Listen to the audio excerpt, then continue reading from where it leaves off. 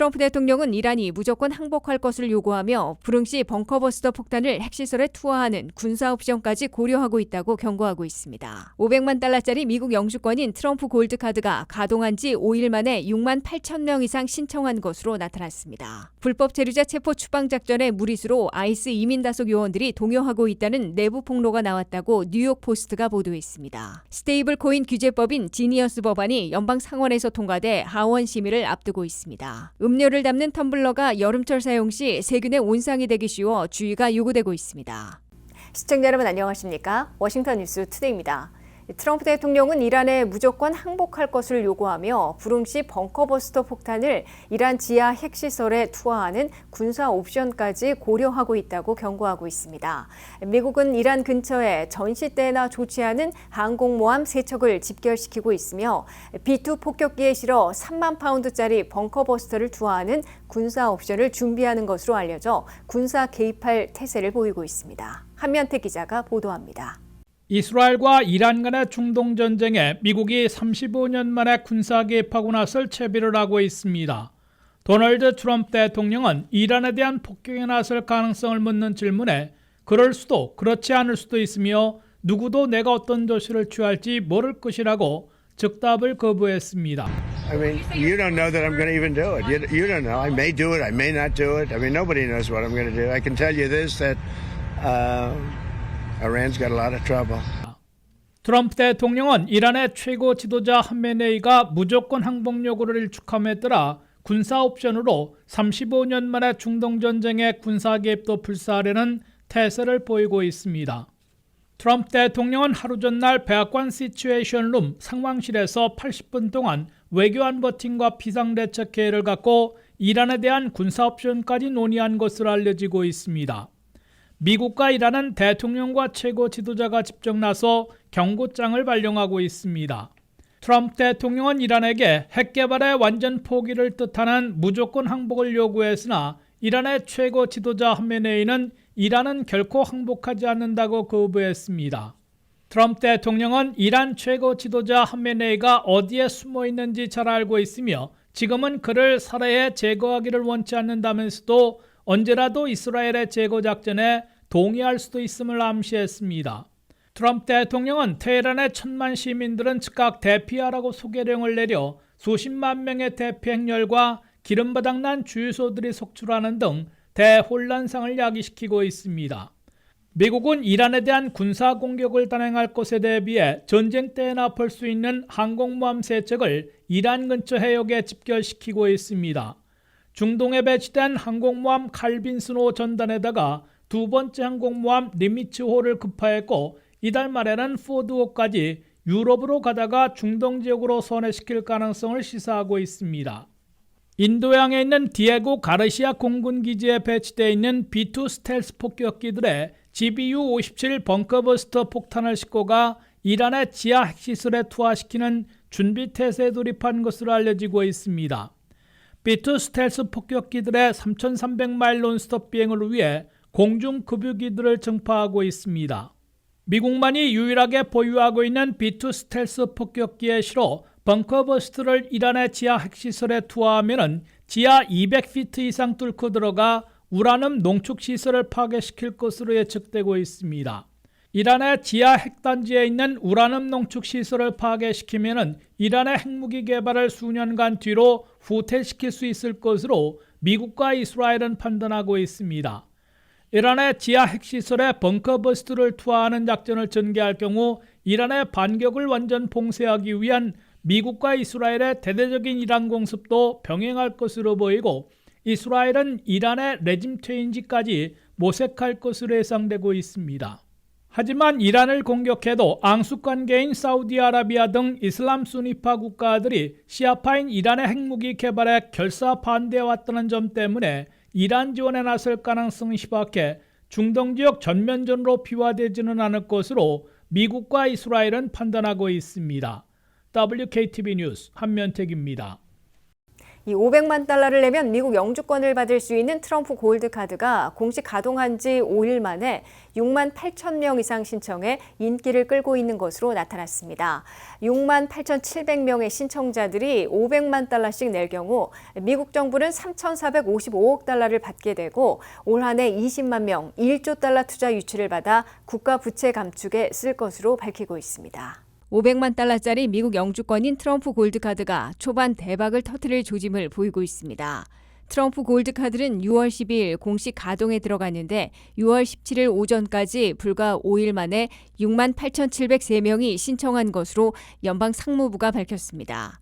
트럼프 골드카드는 트럼프카드.gov라는 웹사이트를 통해 신청을 온라인으로 접수받고 있습니다. 트럼프카드.gov 웹사이트에 접속하면 500만 달러짜리 미국 영주권을 희망하는 누구나 성명을 적고 개인 또는 사업용 신청인지를 선택하고 본인이거나 가족 또는 배우자, 기타 중에서 하나를 고르게 됩니다. 이메일 주소까지 적어 트럼프 골드카드 신청서를 제출하면 됩니다. 이 신청서를 제출한 희망자들에게 500만 달러 납부식이나 방법 등을 알려주게 되고 그 절차에 따라 완료하는 후보들을 대상으로 국토안보부, 국무부, 상무부가 합동으로 정밀 심사를 하게 됩니다.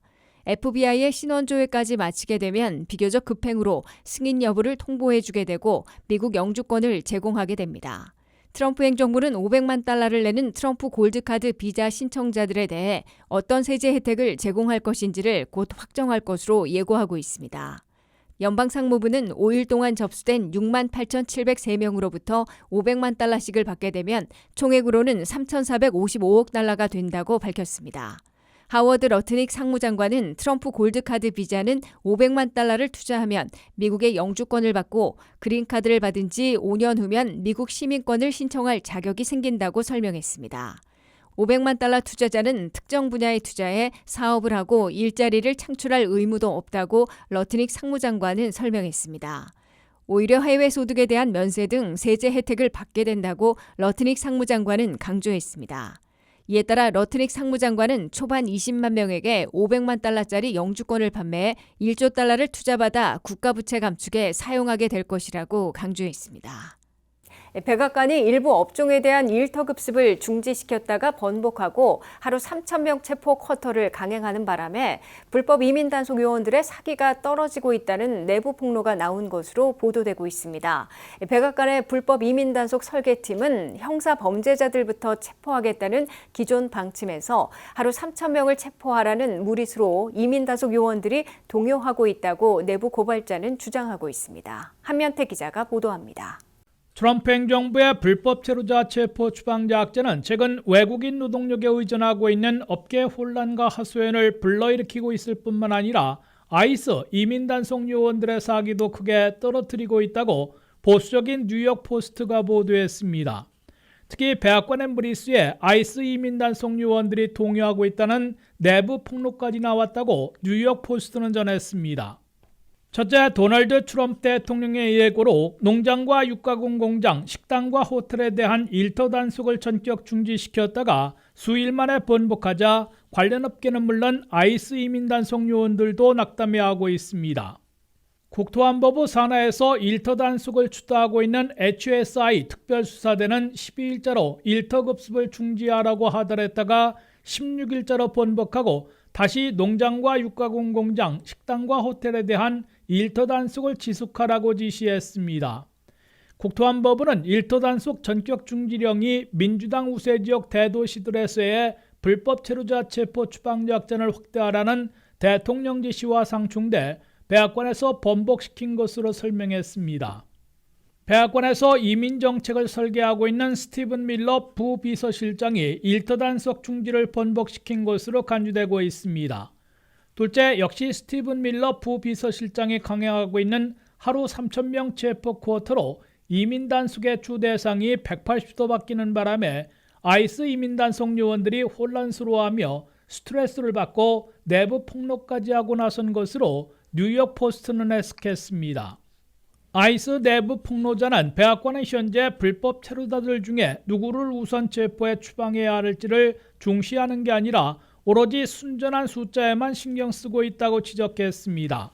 아이스 내부 폭로자는 하루에 3,000명씩 체포하라는 쿼터 설정으로 워스트 중에 워스트인 위험한 형사범죄자들과 갱단원 등을 체포하는 대신에 무차별 체포로 바꿀 수밖에 없어져 사기가 크게 저하되고 있다고 폭로했습니다.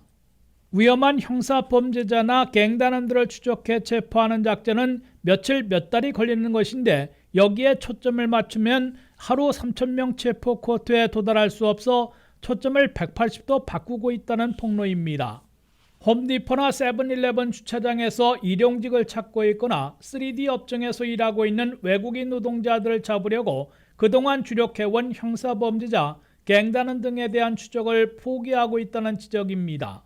악당 중에 악한들부터 체포해 추방하겠다는 도널드 트럼프 대통령의 공언과도 어긋나는 것이어서 사상 최대 규모의 불법 테러자 체포 추방 작전에서 숫자는 늘릴 수 있을지언정 범죄는 줄이지 못하고 경제적 타격만 초래하는 역작용을 겪을 것으로 경고되고 있습니다.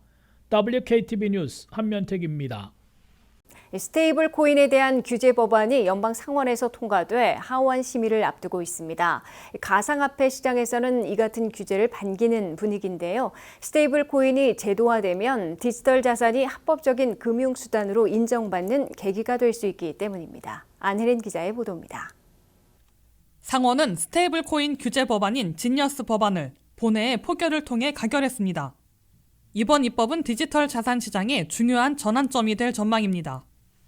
AP통신은 이 법안이 가상화폐 산업을 위한 첫 본격적인 입법이며 지난 1월 이민 관련 법안에 이어 초당적으로 통과된 두 번째 주요 법안이라고 평가했습니다. 법안은 스테이블 코인의 발행 기준과 운영 요건을 대폭 강화하는 내용을 담고 있습니다.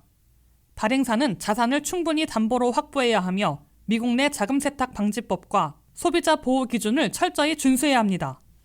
이를 통해 불투명한 거래 구조와 악용 사례를 줄이고 제도권 금융 내 편입 가능성을 넓히려는 목적이 담겨 있습니다. 시장에서는 이 같은 규제를 환영하는 분위기입니다. 스테이블 코인이 제도화되면 디지털 자산이 합법적인 금융수단으로 인정받는 계기가 될 수 있기 때문입니다. 특히 글로벌 송금이나 국경 간 자금 이동 수단으로서 스테이블 코인의 가능성이 주목받고 있습니다. 실제로 스테이블 코인은 미국 달러화나 유로화 등 법정 화폐의 가치를 고정시켜 설계된 자산으로 가격 변동성이 크지 않고 전송 속도가 빠르며 수수료도 낮은 특징을 가지고 있습니다. 현재 대부분의 주요 스테이블 코인은 미 국채를 담보로 하고 있어 미국 정부 입장에서도 국채 수요를 유지하는 데 긍정적인 기능을 수행하고 있습니다. 법안 표결에 앞서 스콧 베선트 재무장관은 스테이블 코인이 2030년까지 3조 7천억 달러 규모로 성장하는데 이 법안이 결정적인 기여를 할 수 있다고 언급했습니다. 한편 지니어스 법안 통과에도 불구하고 가상화폐 시장은 하락세를 보이고 있습니다. 전문가들은 중동 지역의 긴장 고조 때문에 투자 심리가 위축된 것으로 분석하고 있습니다. 스테이블 코인 규제가 제도권에 편입되는 첫 단계를 넘긴 지금 시장은 하원의 향후 논의와 규제, 세부 사항 조율에 주목하고 있습니다. WKTV 뉴스 안혜련입니다. 이 텀블러는 단순한 물병이 아니라 개인의 라이프 스타일을 표현하는 아이템으로까지 자리 잡고 있습니다. 그중에서도 특히 스탠리 텀블러는 젊은이들 사이에서 필수템이 될 만큼 인기를 끌고 있는데요. 하지만 멋과 실용성을 모두 잡은 이 텀블러가 여름에는 자칫 세균 덩어리가 될 수 있다는 경고가 나왔습니다. 자세한 내용 안혜린 기자입니다. 팬톤 컬러로 커스터마이징한 뚜껑, 채식주의자를 위한 디자인 각인, 그리고 스티커 꾸밈으로 새로운 길거리 트렌드가 생기고 아이들이 가장 원하는 선물 1순위가 텀블러가 되고 있습니다. 텀블러는 단순한 식기 그 이상으로 스타벅스의 리유저블 컵은 물론 대용량 보온 기능을 갖춘 스탠리 텀블러는 개인의 취향과 지속 가능성을 동시에 보여주는 상징이자 패션 소품이 됐습니다. 특히 미국 10대와 20대 사이에선 학교, 카페, 직장, 피트니스 센터 등 어디서든 들고 다니는 텀블러가 나를 설명하는 일상 속 아이덴티티로 여겨지고 있습니다. 하지만 특히 여름에는 세균의 온상이 되기 쉬워 사용자의 주의를 요구하고 있습니다. 물만 넣고 사용한 텀블러는 찬물로 헹구기만 하면 된다고 생각하는 경우가 많은데 미국 뉴욕대 랭컨 의료센터의 필립 티에노 박사는 과학 전문지와의 인터뷰에서 텀블러처럼 반복 사용하는 병안에는 시간이 지날수록 생물막이 형성된다며 단순히 찬물로 헹구는 방식은 소용없다고 단언했습니다. 생물막은 미생물이 표면에 정착해 서로 보호막을 형성하며 번식하는 구조로 일반 헹굼만으로는 제거되지 않고 내부 전체를 솔로 문질러 닦아야 제거할 수 있습니다. 특히 물을 마시는 과정에서 입과 내용물이 닿으며 세균이 유입되고 손에 있던 세균도 텀블러에 옮겨질 수 있습니다. 공공보건저널 연구에 따르면 씻지 않은 물병에서는 연쇄상구균 등 감염성 세균이 검출된 바 있습니다. 특히 설문조사에 따르면 미국인의 67%가 매일 텀블러를 사용하지만 34%만이 매일 세척하는데 단순히 물로 헹군다고 응답했으며 34%의 절반만이 세제와 세척소를 사용해 세척했습니다. 전문가들은 온수에 세제와 세척소를 함께 사용하는 방식이 텀블러의 오염을 줄이는 가장 효과적인 방법이며 냉수만 쓰거나 세제 없이 닦는 경우에는 여전히 미생물이 남아있다고 밝혔습니다. FSIS 미 농무부 산하 식품안전검사 서비스에서는 4도에서 60도 사이를 위험 온도대로 규정하며 이 영역에서는 세균 번식 속도가 빨라진다고 경고했습니다. 따라서 보온 기능이 없는 텀블러에 입을 대고 마신 후에는 세균이 20분마다 2배로 증가할 수 있다는 겁니다.